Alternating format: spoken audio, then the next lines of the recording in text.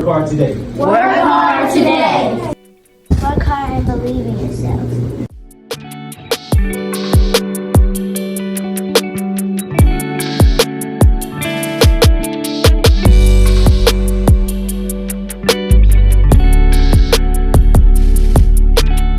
I think you might be like one play away from being one of those guys because I'm seeing you do the groundwork, and then you got books.